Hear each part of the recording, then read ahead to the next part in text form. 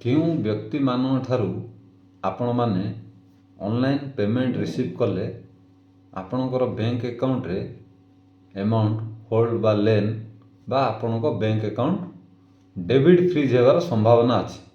ଆସନ୍ତୁ ଆଜି ଜାଣିବା। ନମସ୍କାର, ମୁଁ ଅଜିତ ଆପଣମାନଙ୍କୁ ମୋର ସାଇବର ଆୱାରନେସ୍ ଚ୍ୟାନେଲକୁ ସ୍ୱାଗତ କରୁଛି। ଦେଖନ୍ତୁ, ବର୍ତ୍ତମାନ ସମୟରେ ସାଇବର ଫ୍ରଡ଼ଠୁ ଅଧିକ ଲୋକମାନଙ୍କ ବ୍ୟାଙ୍କ ଆକାଉଣ୍ଟରେ ଆମାଉଣ୍ଟ ହୋଲ୍ଡ ଲେଣ୍ଡମାର୍କ ଆଉ କିଛି ବ୍ୟକ୍ତିଙ୍କ ଡେବିଟ୍ ଫ୍ରିଜ୍ ମଧ୍ୟ ହୋଇଯାଉଛି। ତ ଏ ଯେଉଁ ହୋଲ୍ଡ ହୋଇଯାଉଛି, ଲେନ୍ ହୋଇଯାଉଛି, ଡେବିଟ୍ ଫ୍ରିଜ୍ ହୋଇଯାଉଛି, କେଉଁମାନଙ୍କଠୁ ପଇସାଟା ରିସିଭ୍ କରିଥିଲେ ଏଇ ଯେଉଁ ସମସ୍ୟାଟା ହେଉଛି। ତ ପ୍ରଥମ କଥା ହେଉଛି ଅଜଣା ବ୍ୟକ୍ତି। ଯେକୌଣସି ବ୍ୟକ୍ତି ଯଦି ଆପଣ ତାକୁ ଚିହ୍ନି ନାହାନ୍ତି, ଜାଣିନାହାନ୍ତି, ଆଉ ସେ ଆପଣଙ୍କୁ କହୁଛି ଯେ ମୁଁ ଆପଣଙ୍କୁ ଅନଲାଇନ୍ ପେମେଣ୍ଟ କରି ଆପଣ ମୋତେ ନଗଦ ଟଙ୍କା ଦିଅନ୍ତୁ, ତ ଆପଣ ସେ କେତେ ଇମୋସନାଲ୍ ହେଉ, ମେଡ଼ିକାଲ ଏମର୍ଜେନ୍ସି ହେଉ, ଯାହା ବି ହେଉ, ଆପଣ ଯଦି ତାକୁ ଜାଣିନାହାନ୍ତି ତାହେଲେ ତାକୁ ନଗଦ ଟଙ୍କା ଦିଅନ୍ତୁ ନାହିଁ ବା ସେ ପଠାଇଲା ପରେ ତାକୁ ATMରୁ ୱିଡ୍ର କରି ଦିଅନ୍ତୁ ନାହିଁ। ଏଇଥିରେ ବହୁତ ଚାନ୍ସ ଅଛି ଆପଣଙ୍କର ଆକାଉଣ୍ଟ ହୋଲ୍ଡ ବା ଡେବିଟ୍ ଫ୍ରିଜ୍ ହେବାର।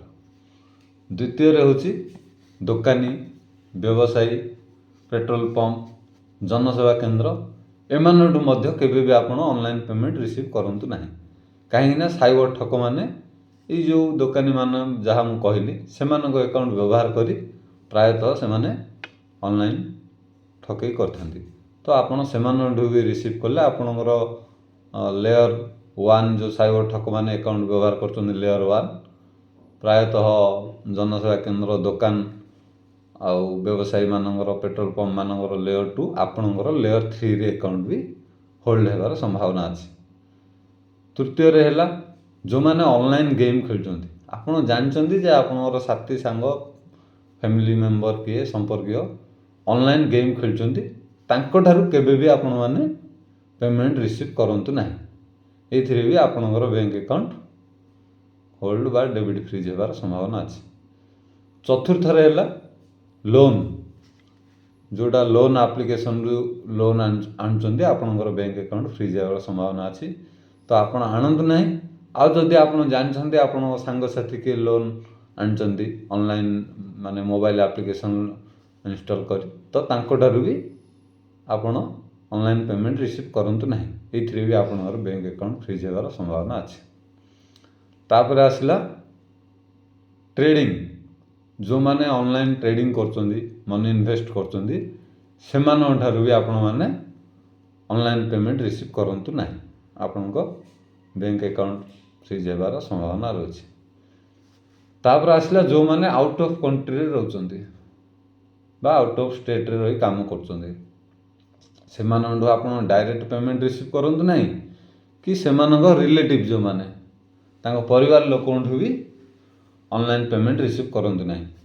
କାହିଁକିନା ପ୍ରାୟତଃ out of state, out of କଣ୍ଟ୍ରିରୁ ଯେଉଁ ପଇସାଟା ଆସିଥାଉଛି ସେଇଟା ଫ୍ରଡ଼୍ ପଇସା ହେଇଥାଉଛି, ଯାହାଫଳରେ କି ଲେୟର ୱାଇଜ୍ ବ୍ୟାଙ୍କ ଆକାଉଣ୍ଟ ଗୁଡ଼ିକ ଲେଣ୍ଡମାର୍କ, ହୋଲ୍ଡ, ଡେବିଟ୍ ଫ୍ରିଜ୍ ହେଇଯାଉଛି। ତ ଆପଣମାନେ ଯଦି UPI ବ୍ୟବହାର କରୁଛନ୍ତି, ଅନଲାଇନ୍ ପେମେଣ୍ଟ ବ୍ୟବହାର କରୁଛନ୍ତି, ମୁଁ ଆଗରୁ ବି ବହୁତ ଭିଡ଼ିଓରେ କହିଛି ଯେ 2ଟା ଆକାଉଣ୍ଟ ବ୍ୟବହାର କରନ୍ତୁ।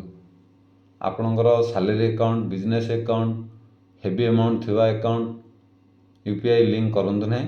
ତା ପାଇଁ ଗୋଟେ ସେପାରେଟ୍ ଆକାଉଣ୍ଟ ବ୍ୟବହାର କରନ୍ତୁ, ଯାହାଫଳରେ କି ଆପଣଙ୍କର କୌଣସି ଅସୁବିଧା ହେବ ନାହିଁ। ଯଦି ବି ଆପଣଙ୍କର ଆକାଉଣ୍ଟଟା ହୋଲ୍ଡ ହେଇଯାଉଛି ବା ଡେବିଟ୍ ଫ୍ରିଜ୍ ହେଇଯାଉଛି, ଆପଣଙ୍କ କିଛି ଅସୁବିଧା ହେବ ନାହିଁ।